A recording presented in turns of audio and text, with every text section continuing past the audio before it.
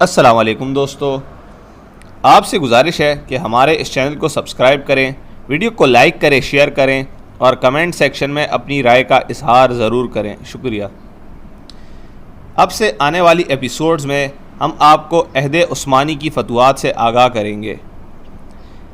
عمر بن خطاب رضی اللہ تعالیٰ عنہ کے قتال کی خبر سے اعدائے اسلام کے حوصلے بلند ہو گئے، خاص کر اہل روم و فارس میں اپنے گنوائے ہوئے ملکوں کو دوبارہ حاصل کرنے کی طمع پیدا ہوئی۔ چنانچہ یزگرد شاہ پارس نے سمرقند کی راجدھانی یعنی فرغانہ میں اپنی پلاننگ شروع کر دی، اور رومی قائدین جو شام سے بھاگ کر قسطنطنیہ میں منتقل ہو چکے تھے وہ عہد عثمانی میں شام کو واپس لینے کا خواب دیکھنے لگے اور اس کے لیے منصوبہ تیار کرنے میں لگ گئے۔ مصر میں رومیوں کی بچی کچی فوج اسکندریہ میں قلعہ بند ہو چکی تھی۔ عمرو بن العاص رضی اللہ تعالیٰ عنہ نے عمر بن خطاب رضی اللہ تعالیٰ عنہ سے اس پر چڑھائی کرنے کی اجازت طلب کی تھی۔ رومیوں نے منصوبہ بند طریقے پر اپنے آپ کو محفوظ کر رکھا تھا، دیواروں پر منجنیقے نصب کر رکھے تھے۔ ہرقل نے بذات خود قتال میں حصہ لینے کا عزم کر رکھا تھا اور کوئی رومی اس سے پیچھے نہیں رہ سکتا تھا، کیونکہ اسکندریہ ان کی آخری پناہ گاہ تھا۔ عثمان رضی اللہ تعالیٰ عنہ کے دور خلافت میں رومی اسکندریہ میں جمع ہوئے اور دوبارہ قابض ہونے کے لیے منصوبہ بندی شروع کر دی، یہاں تک کہ انہوں نے معاہدہ مصالحت کو توڑ دیا اور روم کی بحری طاقت سے مدد لی۔ چنانچہ 300 بحری جہاز فوج اور اسلحے کے ساتھ ان کی مدد کو پہنچ گئے۔ عثمان رضی اللہ تعالیٰ عنہ نے ان تمام حالات کا مقابلہ عزم اور حوصلے پر مبنی سیاست سے کیا جو درجہ ذیل طریقہ کار پر مشتمل تھا۔ باغی روم و فارس کو تابع کرنا، اسلامی سلطنت کو ان ممالک پر دوبارہ غالب کرنا، دشمنوں کی امداد لائن کو منقطع کرنے کے لیے ان کے پیچھے واقع علاقے میں جہاد و فتوحات کو جاری رکھنا، اسلامی ممالک کی حمایت و حفاظت کے لیے مستقل عسکری مراکز قائم کرنا، اسلامی فوج کی ضرورت کی خاطر بحری فوج تیار کرنا۔ عثمان رضی اللہ تعالیٰ عنہ کے دور میں صوبوں کے مرکزی مقامات ہی فوجی اڈے ہوتے تھے۔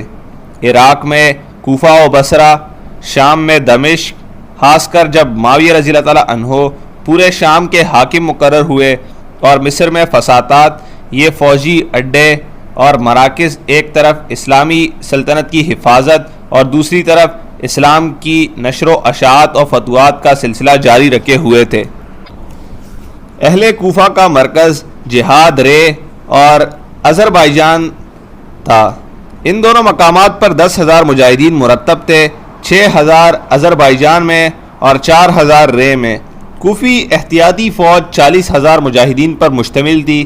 ان میں سے ہر سال 10,000 مجاہدین قتال کے لیے نکلتے۔ اس طرح 4 سال بعد ایک شخص کی جہاد میں شرکت کی باری آتی۔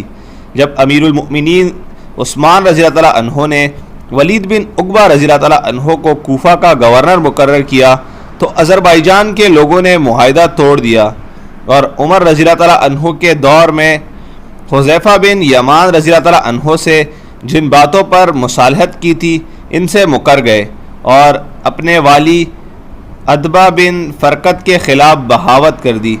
اس صورتحال میں عثمان رضی اللہ تعالیٰ عنہ نے ولید بن عقبہ رضی اللہ تعالیٰ عنہ کو فرمان جاری کیا کہ ان پر چڑھائی کرو۔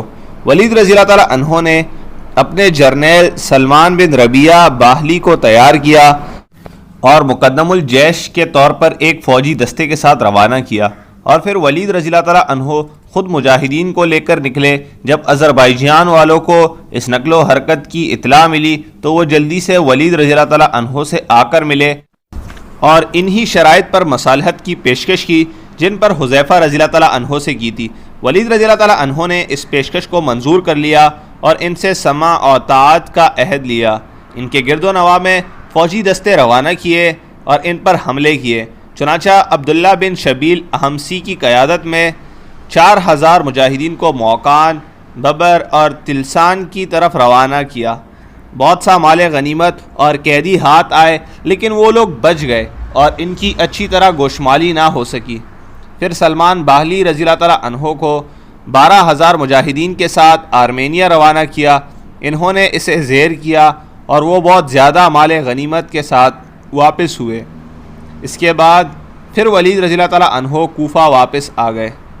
آذربائیجان کے لوگ بار بار بغاوت کرتے رہے، چنانچہ آذربائیجان کے حاکم اشعد بن قیس نے ولید بن عقبہ رضی اللہ تعالیٰ عنہ کو صورتحال سے مطلع کیا۔ ولید رضی اللہ تعالیٰ عنہ نے کوفہ سے فوج روانہ کی اور اشعد نے باغیوں کا پیچھا کیا اور ان کو شکست فاش دی۔ انہوں نے صلح کا مطالبہ کیا، چنانچہ اشعد نے ان سے پہلی صلح کی شرائط پر صلح کر لی۔ اشعد کو اندیشہ لاحق ہوا کہ کہیں یہ لوگ پھر شرارت نہ کریں، لہٰذا انہوں نے عربوں پر مشتمل مستقل فوج مقرر کی، ان کے لیے وظیفے مقرر کیے اور دیوان میں ان کے نام رجسٹر کیے اور ان کے ذمہ لوگوں کو اسلام کی طرف دعوت دینے کی ذمہ داری سونپی۔ لیکن جب سعید بن العاص رضی اللہ تعالیٰ عنہ حاکم مقرر ہوئے تو آذربائیجان والوں نے پھر بغاوت کر دی، چنانچہ آپ نے جریر بن عبداللہ کو ان کی سرکوبی کے لیے روانہ کیا۔ آپ نے انہیں شکست فاش دی اور ان کے سرغنہ کو قتل کر دیا۔ بعد ازیں جب وہاں کے اکثر لوگوں نے اسلام قبول کر لیا اور قرآن سیکھ لیا تو وہاں امن و استقرار پیدا ہو گیا۔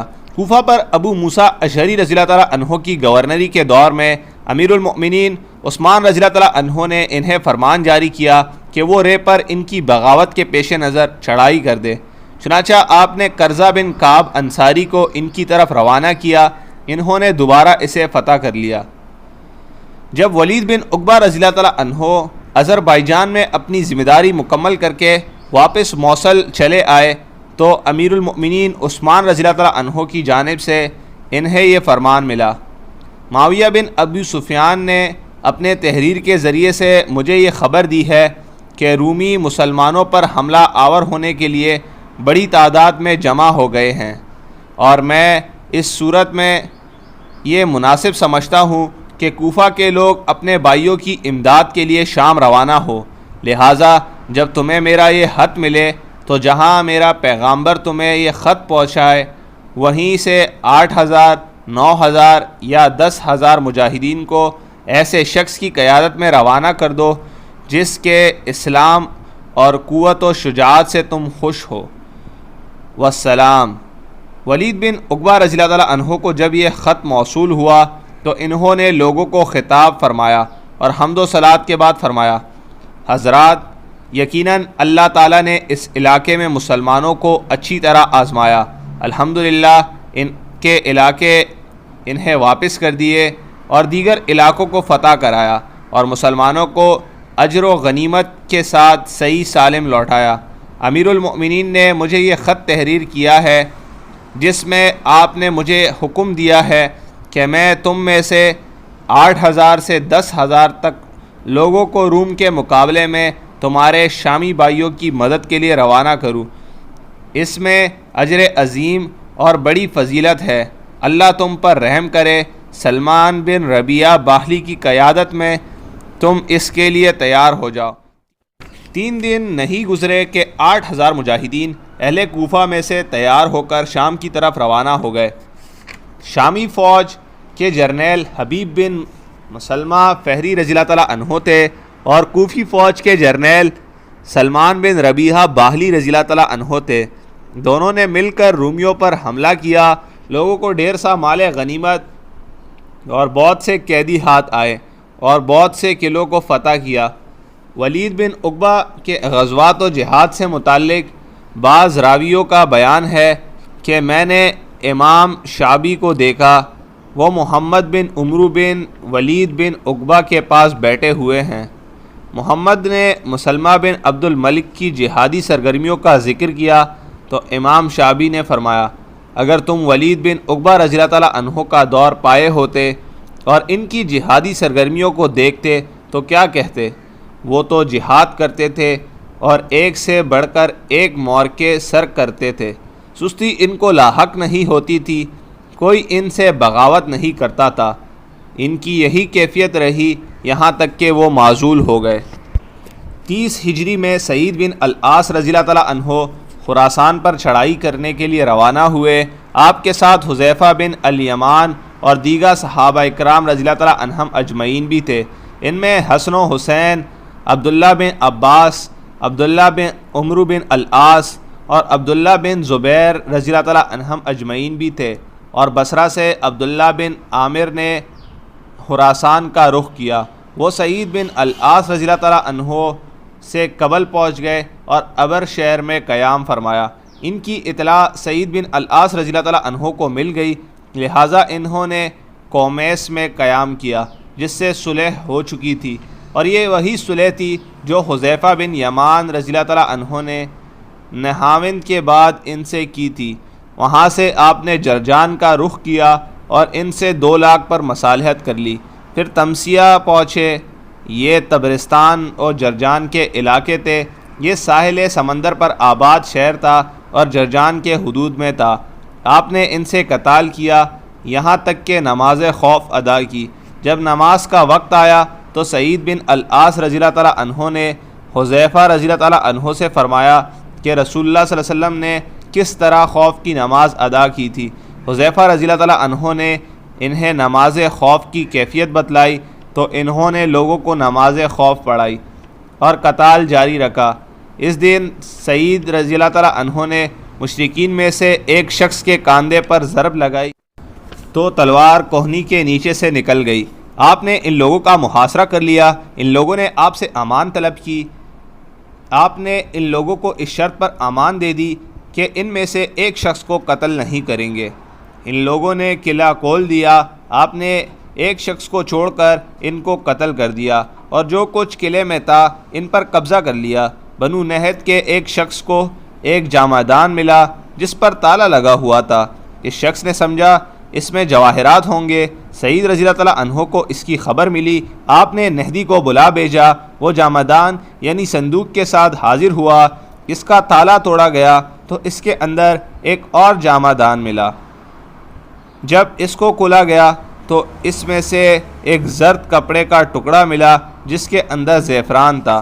دوستو، آج کی قسط کو یہیں پر اختتام پذیر کرتے ہیں۔ اگلی ملاقات میں پھر یہاں سے حاضر ہوں گے۔